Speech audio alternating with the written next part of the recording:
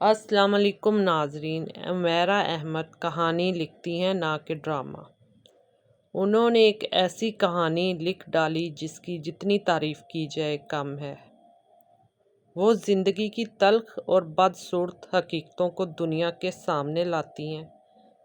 ان میں بہت سارے ان کے ڈرامے مشہور ہیں، جن میں قید تنہائی میں ایک عورت کی شادی شدہ ہونے کے باوجود بیوہ جیسی زندگی گزارنا، اور زندگی گلزار ہے میں باپ کے ہوتے ہوئے یتیموں کی طرح زندگی گزارتی ہوئی لڑکی کی کہانی، اور اب یہ والا ڈرامہ کفیل۔ بہت سے لوگ کہتے ہیں کیا مسئلہ ہے آپ کے گھر میں؟ اپنا گھر ہے، ماں نوکری کرتی ہے، سب بہن بھائی اسکول کالج میں پڑھ رہے ہیں، آپ تو خوشحال خاندان کی مثال ہیں۔ لیکن بند دروازوں کے پیچھے کی حقیقت کوئی نہیں جانتا۔ ایک بہت خاص بات جو کفیل دیکھ کر سمجھ آئی کہ ابیوز اور ذہنی اذیت کی کچھ قسمیں اتنی خطرناک ہیں جو آپ اکثر لوگوں کو بیان بھی نہیں کر پاتے۔ کیسے بتائیں گے وہ کیفیت جب آپ کا باپ آپ کے پیسے چرا لے، آپ کے حصے کا کھانا چھوڑ کر آپ کو بھوکا چھوڑ کر گھر سے نکل جائے، اور اپنی ہی اولاد پر گندے الزام لگائے، ایسے الزام جو لوگ باہر کی عورتوں پر بھی لگاتے ہوئے 1000 بار سوچتے ہوں گے۔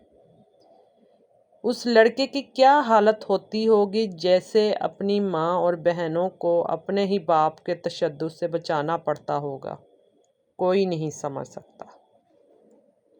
صرف وہ سمجھ سکتا ہے جس نے یہ سب سہا ہو اور اپنی آنکھوں سے خود دیکھا ہو۔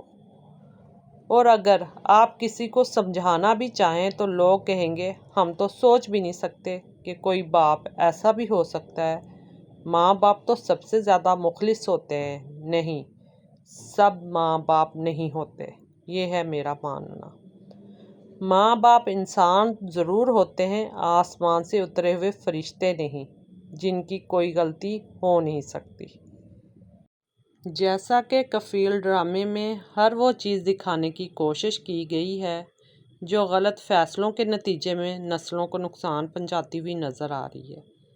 زیبا کی ماں کا دوست پر اندھا بھروسہ اور دکھاوے کی دولت سے مربوط اور جلد بازی کی شادی، زیبا کے والد کی عاقبت اندیشی، زیبا میں وقت پر صحیح فیصلہ نہ کر پانے کی صلاحیت جو نظر آ رہی ہے، معاشرتی دباؤ جس کی وجہ سے لوگ اپنی اور دوسروں کی زندگی کو جہنم بنا دیتے ہیں، جیسے طلاق نہ لینا کیونکہ لوگ کیا کہیں گے، اور ہمارے معاشرے میں زیادہ تر عورتوں کا یہی ہوتا ہے کہنا۔ اور جب بچے بڑے ہو کر آپ سے سوال کریں تو آپ اپنی کمزوریوں کا بوجھ بچوں پر ڈال دینا کہ میں نے یہ سب تمہارے لیے کیا، کیوں کیا ہوا، ایسی زندگی کے لیے۔ پھر وہ مسائل جو ایسے بچوں کے ساتھ پیش آتے رہتے ہیں، اور ایسی تکلیفیں جو وہ کسی کو بھی نہیں بتا پاتے۔ ٹوٹی پھوٹی شخصیت، محبت اور لوگوں کی پہچان نہ ہو پانا، رشتے بنانا اور سنبھالنا نہ آتا ہو، کسی پر اعتبار نہ کر پانا یا غلط لوگوں پر اعتبار جلدی سے کر بیٹھنا، اور سب سے زیادہ تکلیف دہ کہ ایسے بچے خود اذیتی اور اس جیسی کئی نفسیاتی بیماریوں کا شکار ہو جاتے ہیں۔